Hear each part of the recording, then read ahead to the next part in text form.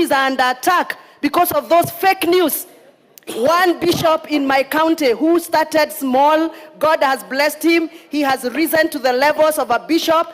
And let me tell you, Mr. Speaker, people are now getting even into his bedroom. You can imagine when your children are watching their father being teared down on social platforms without control. Mr. Speaker, we cannot continue this way. I am a victim of the same social bullying. People have bullied me. They have drawn me with funny dresses which I don't wear. They have called me names. They have branded me names. They have occupied my private space. But I thank God because I'm a strong girl, and I'm sure you know that, Mr. Speaker. I'm sure, Mr. Speaker, you know I am one of those. Mr. Speaker knows Madam Wamuchomba is a strong girl. There's no question about that. Very, very strong daughter of the mountain. But not every woman who is attacked like Wamuchomba will overcome. Not every bishop who is going to be attacked like Wamuchomba will overcome. Yes. Not every family man who is attacked like that bishop from my county will overcome. Mr. Speaker, this molestation of social media must come to an end. I have allowed them to molest me because I'm strong, but I'm not going to allow them to molest bishops who are doing very good work. Like that bishop I'm talking about, Mr. Speaker, just the other day, he paid school fees for over 500 children, getting to grade 10. And this is somebody who is doing something. Every Sunday, that bishop is feeding thousands of families in his church. He gives them unga every Sunday. But because there are people who want to use social media to bring him down, they create fake news around his family, his wife, his children, and it is trending all over. Mr. Speaker, this house is the only solution that is going to provide sobriety in social media.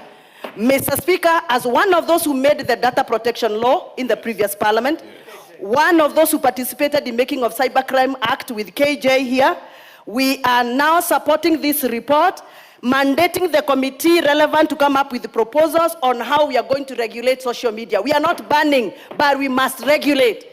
Mr. Speaker, do you know how many carpenters have lost jobs because of social media? I have a case of somebody who went into TikTok and ordered a table from a certain carpenter and paid a deposit to that fake carpenter. And the TikTok page was actually branded the real carpenter, but this was a broker, a thief. So this guy was walking in the street and he was accosted by the customer. He was being asked to refund money he has never even received. How many businesses are coming down because of those fake brokers who use your company image on TikTok, on Instagram, but you're not the person who is actually marketing that. People have been conned online. Deliveries, people create delivery pages. I order a blouse. Somebody tells me, pay this, you're going to deliver the blouse. You are thinking you're trading with a real outlet, shop, only to realize that you're being conned on social media. Mr. Speaker, to sustain a sober business community online, social media must be regulated. To protect our families and our marriages, those of us that are married, social media must be regulated.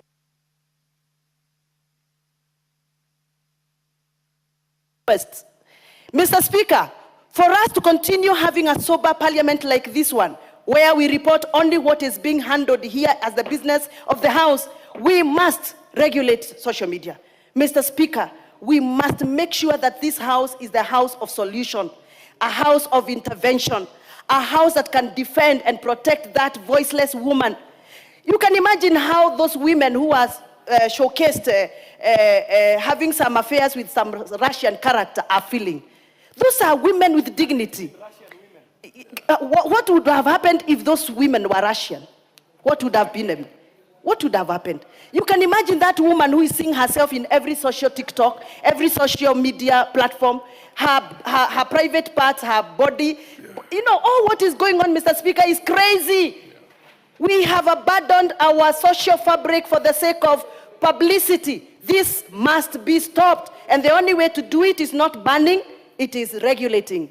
Mr. Speaker, televisions had the freedom. To some extent, we had to regulate the content. Radio stations had their freedom. To some extent, we regulated the content. Even now, for this new media, we must regulate the content. Thank you, Mr. Speaker. Rest assured that you have the total support of the chair.